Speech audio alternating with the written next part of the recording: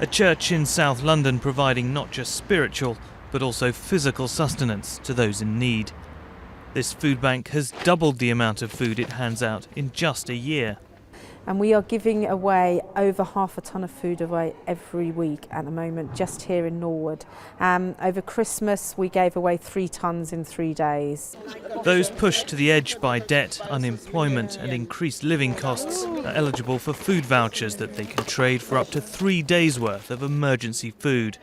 If these weren't here, I wouldn't have been able to have anything for the children, and my kids would have had to go without for 3 days. And it's hard to tell 3 young children, Mummy's got no food, Mummy's got no food. In Britain, around 13 million people are living in relative income poverty. Many now fear that as the UK government looks to cap annual increases in some benefits to people out of work, far more will find themselves in financial trouble. As the cost of living climbs by around 2.5%, benefits will rise by just 1% for the next 3 years.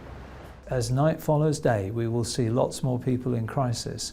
That's why we're so disappointed with the decision that's recently been taken by the government to restrict the rise in the value of benefits to a 1% per year for the next 3 years. Because what that means is the buying power of the poorest people in this country is being held below inflation. It's going to go down each year.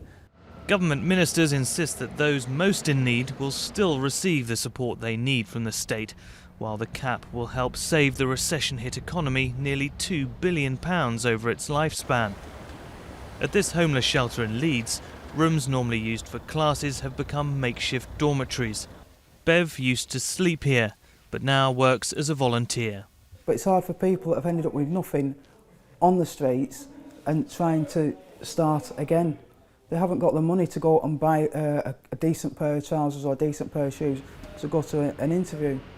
Sometimes by the time you finish paying your bills, you might only have like £20 left to buy for food to last you 2 weeks. Below inflation benefit rises will hit many of those in Britain already living close to the edge. A few pennies less for those who already have very little to spare.